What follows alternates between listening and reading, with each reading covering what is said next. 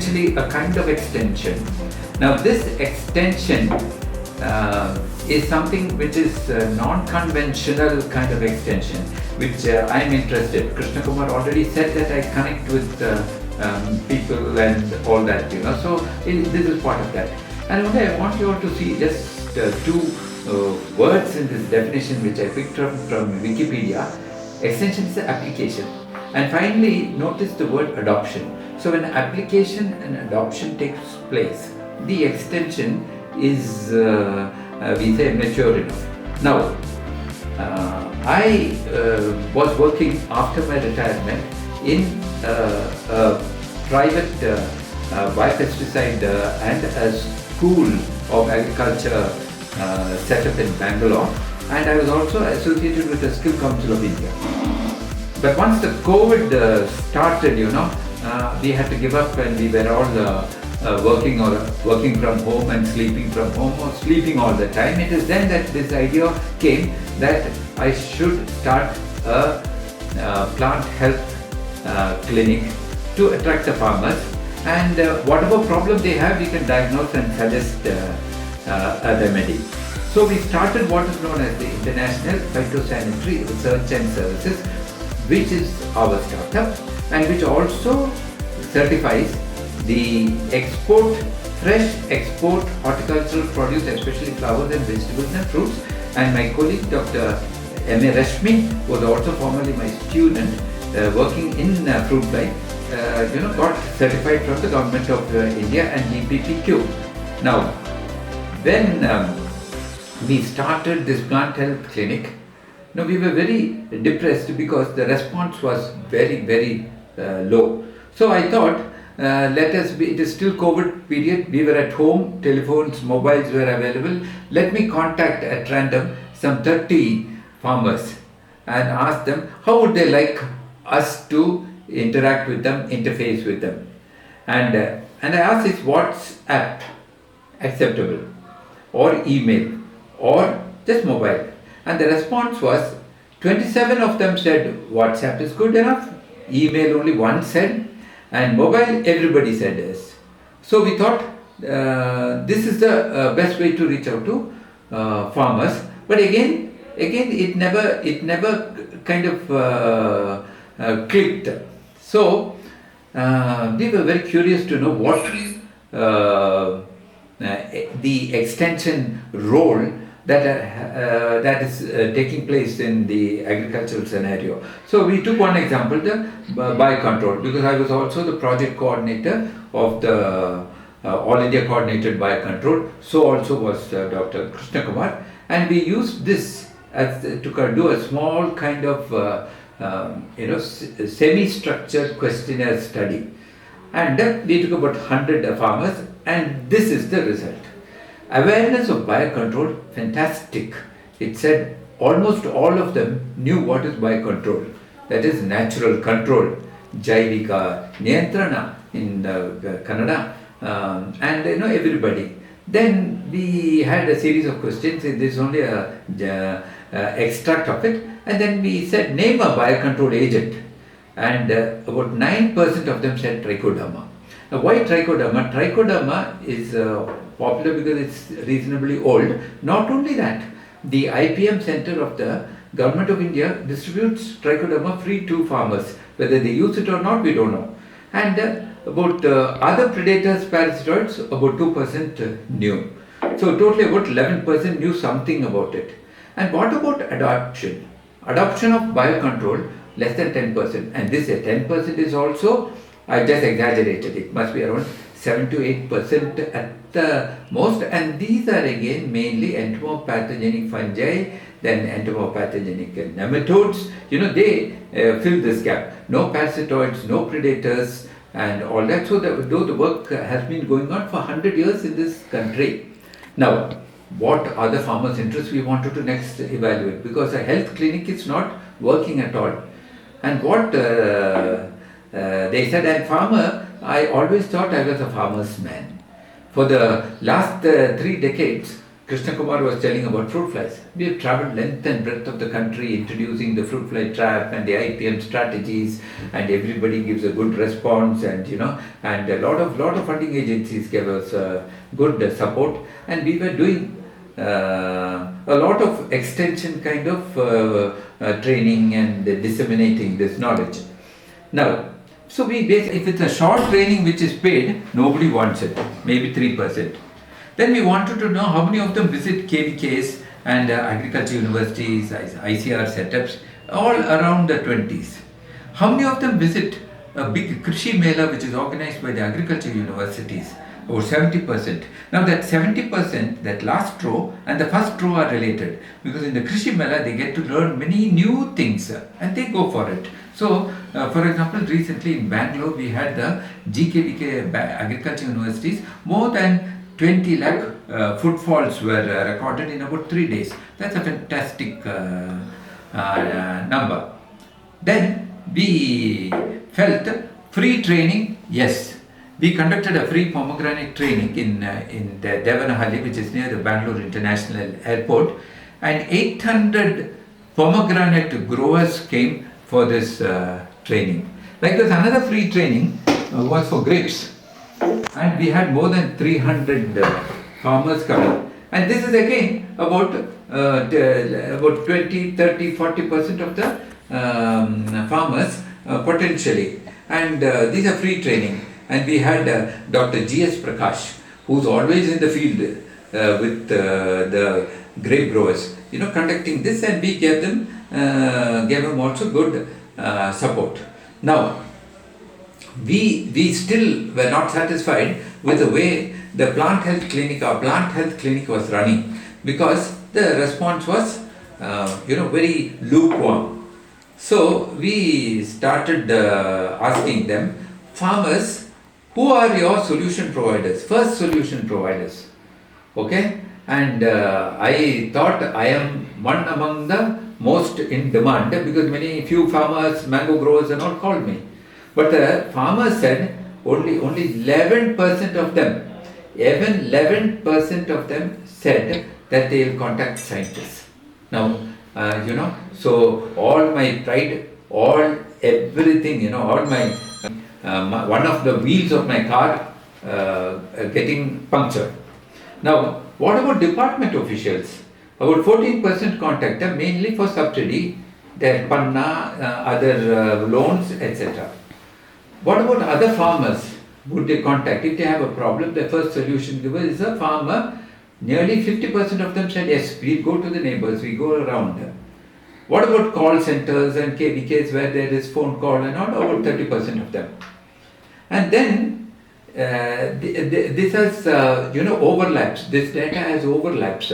So how many of them go to the input dealers? 100% of them go to the input. That's the response. 100% of them said our first meeting is with the input dealers and not with anybody else. So all the four wheels of my car got punctured after hearing this. So the pride went. So I knew where I stood after 4 decades. And then another interesting phenomenon we found in statistics, we say there is a snowballing effect. See, if one farmer comes to know a thing or a recommendation, within 48 hours, it just spreads among his relatives and brothers and that. So there is a social kind of expansive knowledge dissemination taking place, which is not recorded by any of us and which is not accounted as extension. But this is a very powerful thing happening in the social setup. So the plant health clinic was started, and in addition to that, we started the input retailing also at Vijaypura in Devanahalli. Vijaypura, Devanahalli, which is close to the Bangalore airport for those who are not from Karnataka, and we called it the Sri Nidhi Agrochemicals. So what we thought, we would retail inputs, and when the farmers come to us, we will also diagnose, we will give them the right direction to the best of our abilities. This started. And we also see that specialists come. In the picture, whom you see is, the black jacket is B.T. Gore. B.T. Gore is the most knowledgeable person on pomegranate for Maharashtra and Karnataka. In India, I would say. And there are others also equally specialized. So we invited the farmers to our retailing center along with Dr. B.T. Gore. And before conducting a free training, we also gave a had a one-to-one discussion with him. And in our retail center, regularly farmers started coming, and we started looking into the problems and telling the right thing, telling him how to avoid cocktail sprays. And if we are not able to do a diagnosis, we'll tell him we'll do it in 1 or 2 hours by contacting people in scientists who are specialized in it, more or less get a kind of a right thing. And these numbers began to also grow. Many farmers slowly came, and at any point of time, even at this point of time, there will be at least 4 to 5 farmers, and every 5 to 6 minutes, these numbers change and the farmers change. But at any given time, between 9 in the morning and 9 in the night, we have farmers coming regularly and trying to understand what is the problem and what should be done. So, when the clinic started, it is not that we are selling products, selling inputs, but there are certain things which we are different from other retailers. What do? We test all the new bioproducts because the EPF and EPNs, and there are many such products which lose quality on the shelf, and then they come to us. So the expiry date here is always misleading. So we have some means of testing. We can use it on a corsair or on a silkworm or any beetles or insects available nearby the grubs, and see whether they show some efficacy. Or we go to the farmer's field and spray and see. Making a farmer a scientist is a very big gain for us. So we involve them, especially testing even the pesticides. See, almost every month, we have at least a dozen or more new pesticides, fungicide, insecticide coming in. And all the firms claim that is the best, but that may not be the best. So what we do a quick trial in the farmer's field. Just take 20 plants, 30 plants, whatever he gives, we spray and see after 24 hours, 48 hours along with him. And the advantage of this is we don't need any permission. We don't need any research council to clear it. The permission need not be obtained from anybody. And we are not subjected to any statistical pressure to do analysis of variance and all that kind of. Just see farmer infers. So convincing farmers to use biopesticides at pre-harvest was another effort we put in. What we showed, especially in pomegranate, that if you are able to taper off insecticide and fungicides, because this is what NRC grapes, where I was a research advisory member, I learnt a very important fact that tapering off pesticides towards harvest, and learned many things from Dr. Prakash also. We find that nowadays most of the fruits, that grapes especially, have less of residue. I won't say they are free of residues, but counter-checked at the NRC grapes in Pune. So there was a need to convince the farmers that this is possible. Towards the end of the harvest, you can taper off, no panic spray. And they believe us because they think that we are specialists, and we talk to them very convincingly. So farmers' confidence is important to generate. So who should generate that? Input retailers. Why? Because 100% of them come to them only first. So research in farmer's field, then farmer as a scientist, and farmer as part of the conclusion and the inference process makes a farmer, a professional farmer. And this is what we discovered, which is we can capably do. So we are in the field with the farmers. It's a real fun time when we can go to the farmer's field and talk with them and do these small research. And we also have a special segment. Dr. Rashvee meets with the women farming entrepreneurs, and specially encourage them into more scientific horticulture by being in the field. I'm not saying others are not doing. KVK is doing, ICAR is doing, UAS is doing. But what happens is, when you are with them on almost on every alternate day basis and around them, giving them confidence, it makes a world of difference, and that is what we have found. Now, some quick data. One important. I'm only taking one case study. We had this problem of thrips parvi spinus on bittergourd. Very serious problem. Now, it on chilies, some methods of control was standardized at Andhra Pradesh, Guntur, and it worked well. And in Raichur also a good deal of experiments were going on, and chili control was obtained. But we had a different problem. We had this on the bittergourd. And so we collected the specimens, went to the National Bureau and got it confirmed that it is thrips parvi spinus. And whatever insecticide we sprayed, we never got beyond 50% control. So what we did, we started using the herbal liquid soap which I had developed under the BIRAC DBT program, and then we combined it with insecticides and used some efficacy we got. But surprisingly, the best efficacy we got was when we combined quality Bavaria, Metarhizium and Verticillium with our herbal Rashvee liquid soap. We could bring down the infestation by almost 95%. And the farmer was able to get a normal yield. Pollination was not affected, and this Rashvee liquid soap also had another advantage. It saw to it that the female fruit fly did not oviposit on the bittergourd. So all these experiments was done in 2 fields in 2 weeks, and then we started recommending, and it worked. So the farmers were very happy, and we extended this to other areas. So all this was done in farmers' field.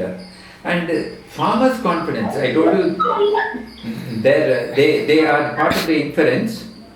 So when the farmer sees the impact, seeing the action in the field, the farmers believe in a diagnosis and recommendation, which is again important. Now, why do farmers visit a plant health clinic which has a retailing? Because if it has a retailing only, they visit. That's the first thing which we should know. Then advice they accept. Then immediate inputs. See, there is nothing like you go to Maharashtra and buy this thing, that thing. Or even you can't say you can go to the university or KVK and source this. No. That somehow there's nothing wrong in that, but the farmers don't respond to that. It is another social psychological access. What they believe is something immediate. And then loans. That's a very important thing. See, the micro loan management is something we need to learn. Now, and we also give loan, and in the first year, we have burnt our fingers. But then second year onwards, we knew how to manage it. It is very simple.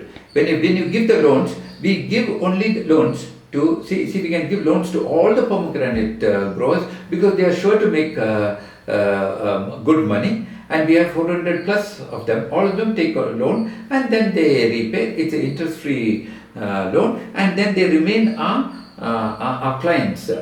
And another reason why they want something proximal to them is they like to revisit. It's like going to a relative's house often and often. Then another important thing, whatever it is, where we should accept is they don't speak English. At least I don't know elsewhere, but probably in the north they'll only speak Hindi. But in our scenario, in our situation, they speak only 2 languages. One is Kannada and another is Telugu. So we better learn both these, and we need to know how to operate on this. And another important thing is, No farmer who's beyond 100 kilometers radius will come to us. So we need to have them here, however good we are. We have people much farther away only to collect the inputs. They are less than about 100. But others all are around us only or accessible to us physically. Now look, this slide this frame which I am showing is at 8 p.m. we are not allowed to close the. This is 8 p.m. and the person who's sitting there is Dr. Raghavendra, one of our teammates. Again, a product of University of Agriculture Sciences, Bangalore, and an expert in pomegranate again, and several other crops. And at 8 o'clock they come there. Why they have come there when we are about to close? At 6 o'clock or 7 o'clock it rained. And when it rains, early morning they need to take up spray, especially grape growers. And even pomegranate, they are very, very sensitive about that. Overnight there's a spread in fungus and all. They want the product then. They want it on credit. See, and where can they go? They can come only to a retailer. They came. Now, after starting this plant health clinic, I just want to show you the farmers' footfall per day. Now, in 2022 when we started, in a day we used to get about around 30 farmers we used to get. And as it progressed in 2023, this is the actual figure from our bill book only. So almost it touched 40. And today in the last 6 months, in 2024, it is touching beyond 50. That is, on an average per day 50 farmers come. In a month about 1,500 farmers come. Now, which research institute, which I don't know, has this in a month, so many farmers coming, and some of them are repeat comers, but they come, and that keeps us not only engaged but also encouraged. It's important. Now, another important fact that I realized is farmers are quite diplomatic. They are good with us, but they don't respond to recommendation if not accompanied with products.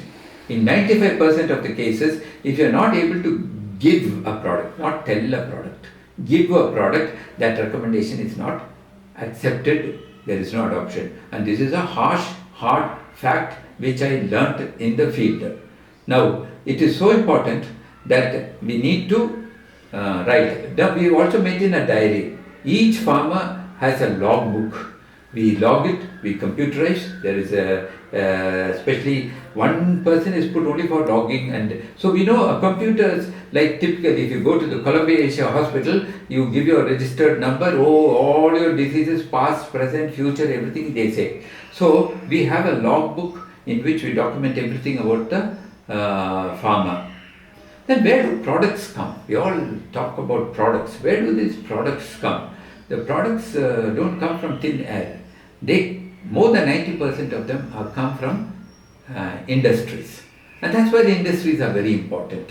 Now, I was working in ICAR and they don't even allow us to mention a name of a product by that name which the industry gives. So we have to give a kind of a generalized term. We have to just say cypermethrin. We can't even tell the brand name. Because why? They are private, but I don't manufacture cypermethrin, and what is available. But once you have your own retailing, you can always tell what you think is the best.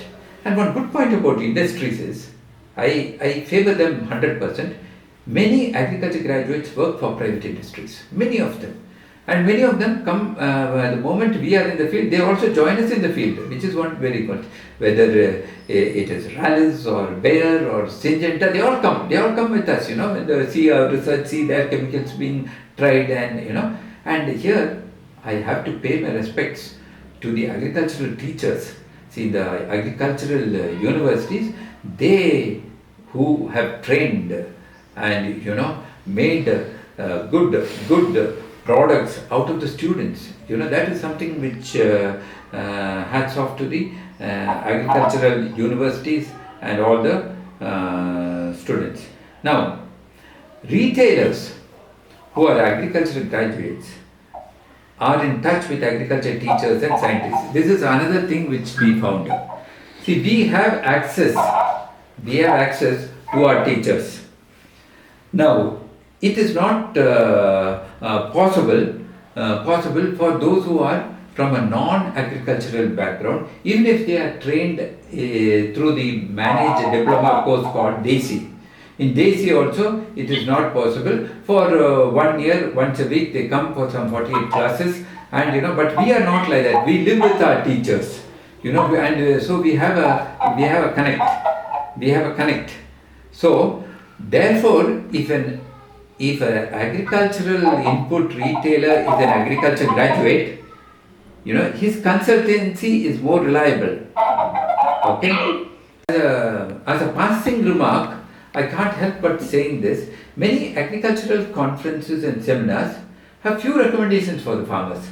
The recommendations are do this, that, farmers, more funds needed, policy, all that. But something very concrete for the farmers normally doesn't arise, So it is always sustainability or equitability or biodiversity, all these buzzwords creep in. And it tends to go on that. And then we have many lead speakers or keynote addresses, which are textbookish and in my opinion boring, and doesn't lead to anything useful. So there is a need to relate this with the farmers also. See, in a symposium recently where I was chairing, which had a 2-hour session with 10 speakers, each with about 10 minutes and 5 minutes discussion. They gave us only 45 minutes because all the 3 lead speakers took, instead of 20 minutes, 45 minutes to 1 hour. You cannot, a VIP speaking, you cannot stop him. And then in that 45 minutes, 10 people spoke at the rate of 2 minutes, and everybody clapped, and the session ended without nothing happening. So even I know Dr. Krishna Kumar always says one thing. He says it is not the speaker's speech alone that is important, the discussion that follows is important. If you don't give time there, nothing happens. But I think there is a need for rethinking on most of our conferences. Then I appreciate many people here who have left cozy jobs, like Dr. Sharan Angadi, Dr. Tikku and all, and have joined private and have been extremely contributive and productive. And we also found that we also sell seeds, and most of the company seeds are in demand. What I say, for example, lalima or beetroot. These are they come asking. They ask us to give only that, and we have to keep stock only that. And what I found, even IAH's Arka Suryamukhi is in great demand, but not the other Arka varieties, maybe in the days to come. When it comes to capsicum and tomato, it's the nursery people who supply, but we are in constant vigil over them, For example, tomato, if we find any white fly, we tell the farmers retain the stock till we come, before transplanting.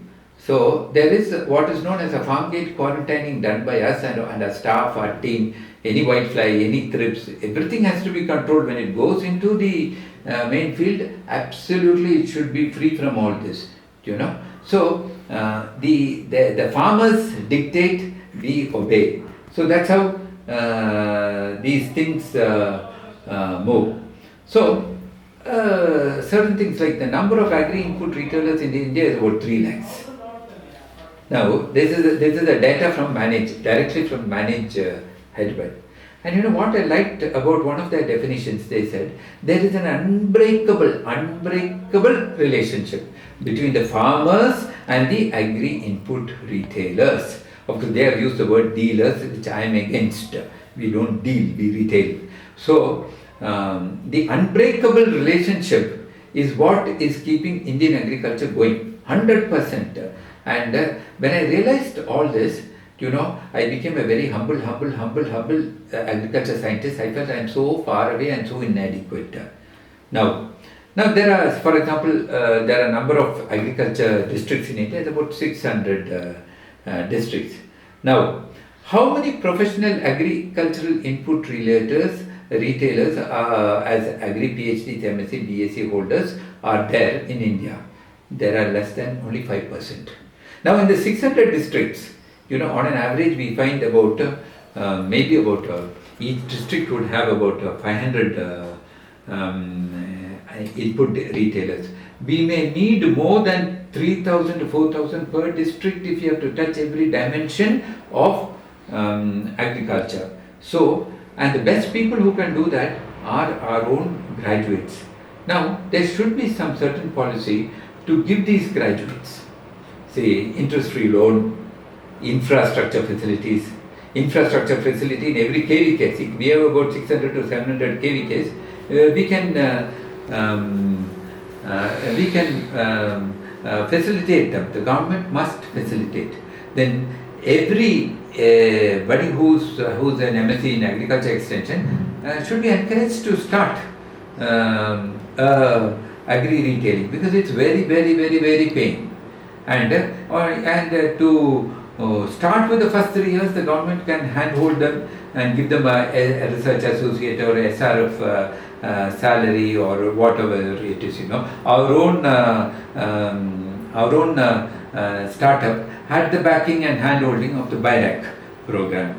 So the government has a lot of funds. So they should be encouraged. I think this avenue is still not fully opened. Everybody is looking out. After MSc extension, they look out for young professionals job, ARS, all that is all fine. But here is something which is extremely paying. And last Sunday we were in Srinivaspura, which is the mango belt in India, a small taluk. And this small taluk had about 15 agri input retailers. And of that, 2 are agriculture graduates. We network with them.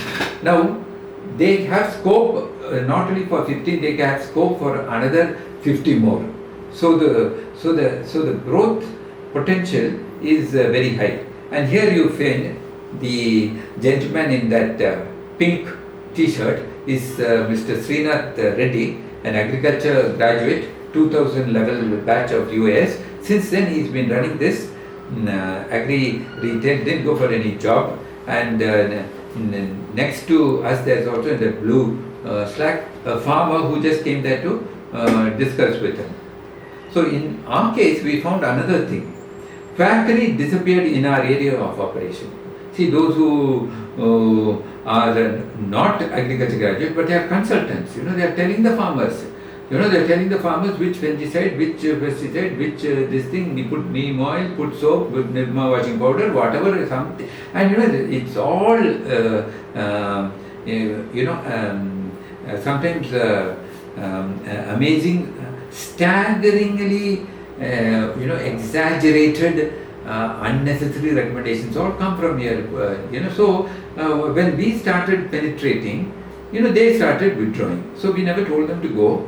They went. That's enough. And our main area of operations are the Bangalore rural district, Dodbalapur, Chikbalapur, Kolar, eastwards we go into up to Madanapalli and partially into other areas on a small framework, just to show our geographic area. And recently our sales and service to farmers were so good that we were declared a gold member by Bayer.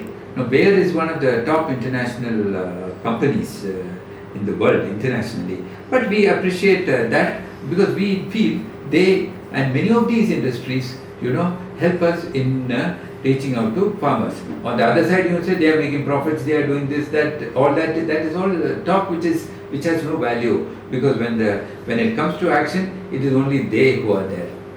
Now this is a distribution. We have 1,183 farmers in our record, in our database, and the pomegranate farmers is the maximum, 443. And we have another advantage when it comes to flowers. We also give them the export protocol because Dr. Rashvee, who's a partner in our input retailing, he is certified by the government to give phytosanitary certification. So we give them the protocol right from the beginning to these exporters, and these are our main crops and farmers. In all, it's about 1200 and quite big. So we also have 1:1, 1:2, 1:3 field trainings. Go to the field and give them a training. Now we don't make a big announcement. When we interact with the farmers and when we tell them, and then this is the inputs we have, they accept us. The small level field training in the field makes a big difference. See, this is where Dr. Prakash is very successful with grapes, because he's there. And we are quite successful with pomegranate because we are there with him. So almost every second day, third day, we have to be there. No theoretical talk, one of our staff members go there. Now, my suggestions. All KVKs must give infrastructure for agriculture startups in Agri-Inputs for agri-graduates. It's still a small number, because how many KVKs we have? We have less than 700 only. But we need another, we have 3 lakhs Agri-Inputs, we need at least 4 times or 5 times that amount. Then all agri-graduates should be given interest-free loan for starting Agri-Inputs retailing, and this very mature foundation should also take up this matter and support this cause.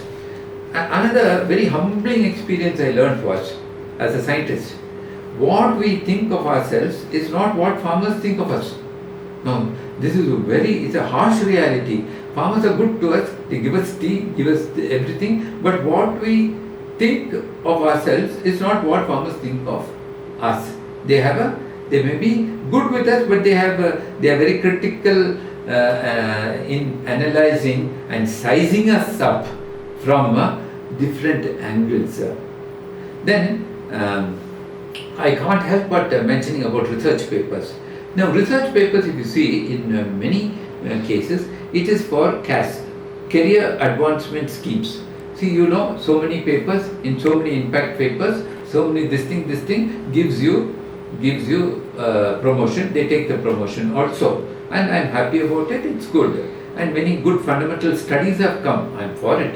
But the flip side is the products they mentioned. Now, this is useful for farmers or something like that, say, or this can be used in IPM or something like that, they say. So they are all in pipeline, and after promotion they are not carried forward. But one thing is very clear: only those on the market shelf attract farmers. Nothing else. So we must be there. Where? On the market shelf. So just to quote, recently we had some of these papers. Nano bioformulation, emerging trends, the paper says. There is nothing emerging here at all. Then when we wrote to the author, they sent a product called Nano Aza, that is nano-based azadiratin, I think. But they have not been cleared by CIBR. See, they are not on the market shelf. Then where do the farmers go? Nobody goes. They can't go. But it's very good for tea mosquito bug, they say. But we leave it at that. But in this case, the scientists have said they are going to take it forward. Now there are several papers coming, on genetics and biotechnology and all that. They are all good, biotechnology, medical fields and all. I have all respects. But when it comes to my field, the IPM field, we have not found anything on the shelf. It may be in the US or somewhere, I don't know. Then recently in the WhatsApp group, we found a product called antiviral product. It's called BioFit, and I sent this picture to Dr. Tikku also. This is in Kolar region where the virus has attacked the tomato. Some plants are clean, some plants are affected, and this product seemingly is on the shelf.